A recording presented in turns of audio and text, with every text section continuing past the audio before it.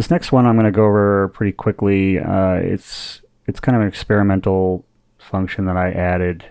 It took me a little while to figure out how to get this to work. So it definitely can play with some of the other functions. So don't be surprised if you experience unpredictable results with this one.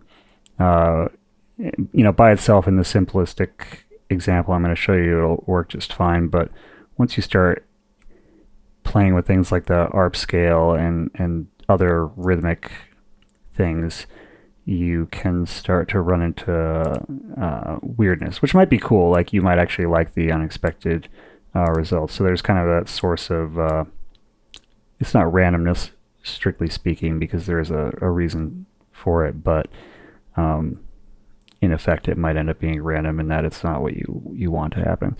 So it's this ratio rhythm here. And this is related to a concept that Schillinger talks about in his counterpoint book, where you're dealing with ratios of melodic attacks for every harmonic attack. Meaning, so if you've got a chord that lasts for a measure, and then the next measure has another chord, and the next measure has another chord, it's this idea of using rhythmic plans to dictate how many melodic attacks there are per harmonic unit. So it could be a measure, it could be a beat, or whatever it is.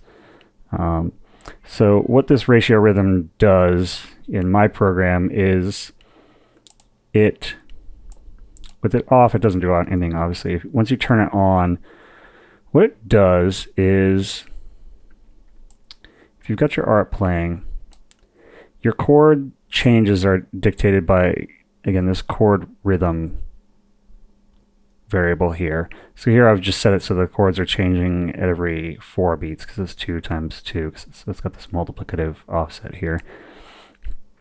So each chord is going to be playing for 4 beats.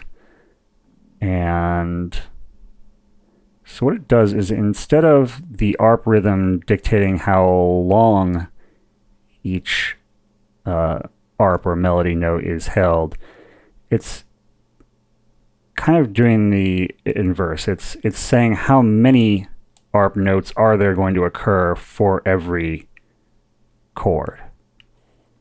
So it's kind of dividing the chord rhythm by this, in a sense, in essence. So let's hear what that sounds like. So the first the first chord change will have 4 melody notes over it. The next one will have 2, then 2, and then 1 and 1. So a larger value here, instead of lasting longer, is actually going to cause shorter notes to happen. Let's hear what that sounds like.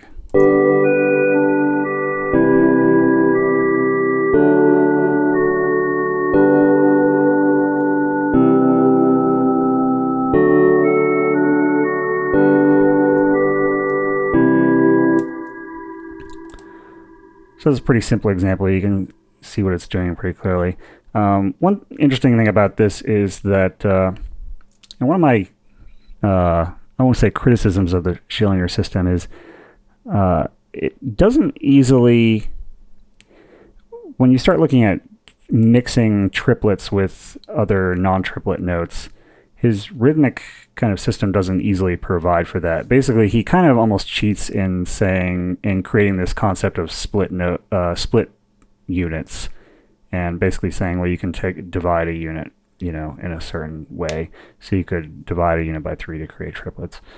I see the potential of this M over H ratio concept, in other words, melody units over harmonic units, as a way of, if you generalized it, to create a planned method of implementing triplets.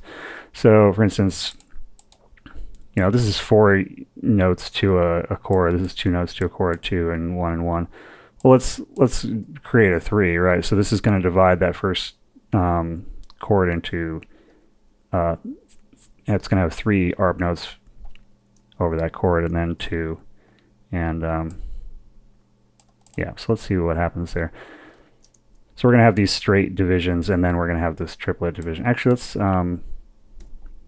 create the triplet division later on, so just not starting with that.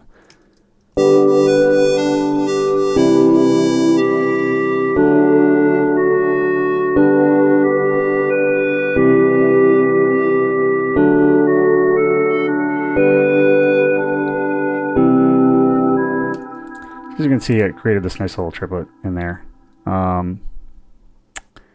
And you could actually, so you could use your triplets, or and that's the nice thing about this kind of way of thinking about it, I think, is that it provides for planning not only triplets but any kind of tuplet. You could divide it by 5 if you want to.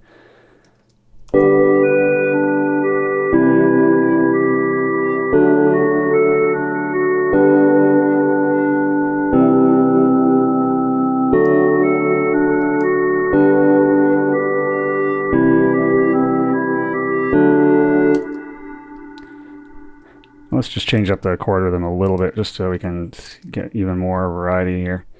So let's make sure there's interference here. So there's 2 units here, and we've got yeah. So that should be nice because there's 5 units here. So that'll be interesting, I think.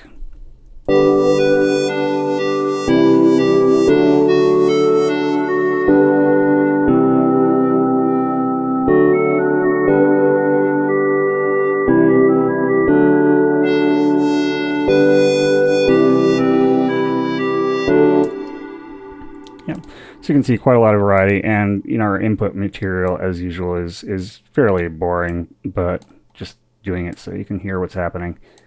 You can see that if you implemented more interesting material here and had a more interesting art pattern, how that could get quite interesting.